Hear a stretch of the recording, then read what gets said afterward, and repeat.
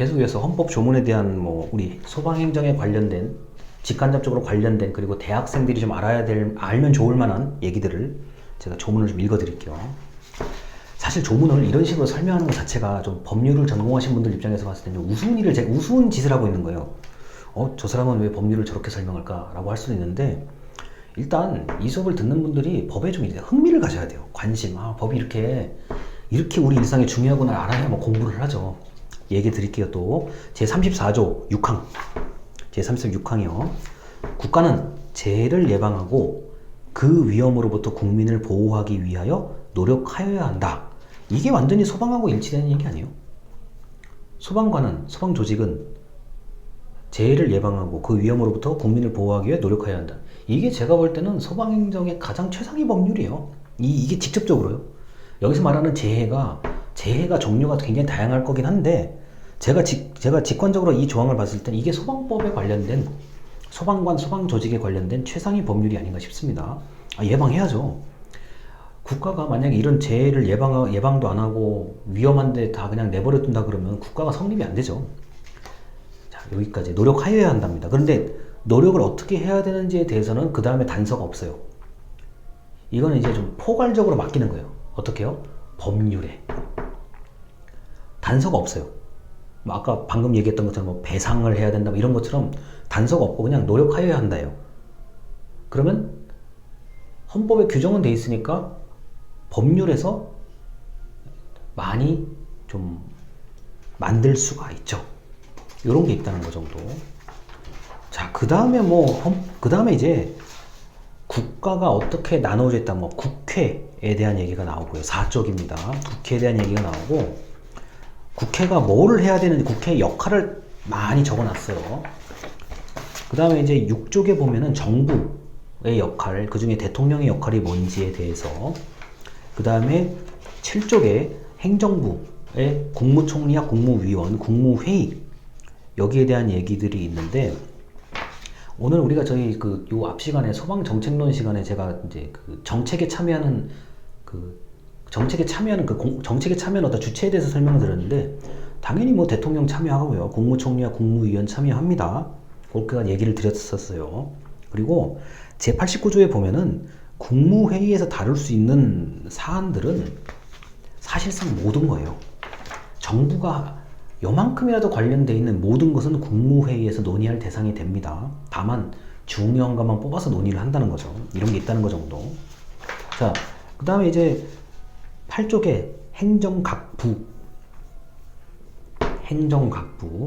그 다음에 감사원, 그 다음에 법원에 대한 조직, 그 다음에 헌법재판소.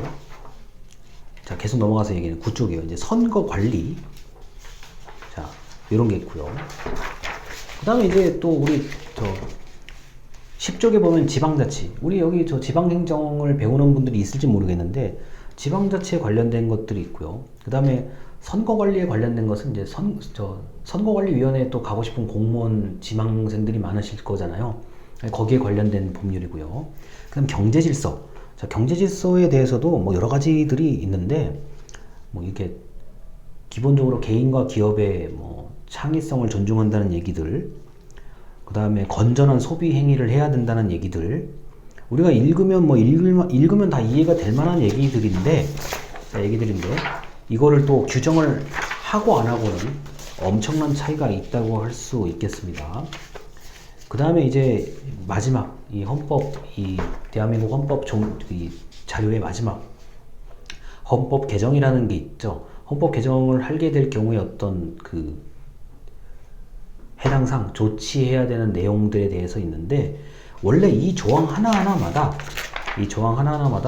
전부 해석을 헌법재판소에서 다 해놓은 것들이 있고, 그걸 이른바 판례라고 얘기를 하죠. 헌법이 제가 지금 여러 번 말씀드렸는데, 토시 하나, 단어 하나, 이거에 따라서 완전히 많은 것들이 달라져요.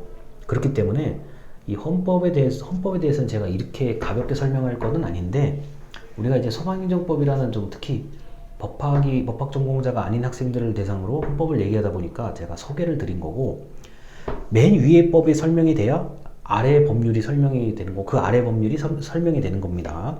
자, 그래서 뭐 다시 한번 정리하는 차원에서 뭐 제7조 공무원에 관련된 거, 그다음 제11조 법 앞에 평등, 그다음에 제23조 재산권의 보장, 뭐 그다음에 정당한 보상을 지급해야 된다. 그리고 제29조 공무원의 직무상 불법 행위에 대한 얘기들, 그다음 제34조 이게 소방하고 관련이 되는 것 같아요. 국가는 재해를 예방한다. 위험으로부터 국민을 보호하기 위하여 노력해야 된다. 여기까지가 이제 아주 뭐 우리 지금 이 수업에 관련된 내용이라고 보시면 틀림이 없을 것 같습니다. 그리고 나머지에 대한 것들은 이제 정부가 어떻게 구성되어 있는지 뭐 이런 거에 대한 얘기인데요.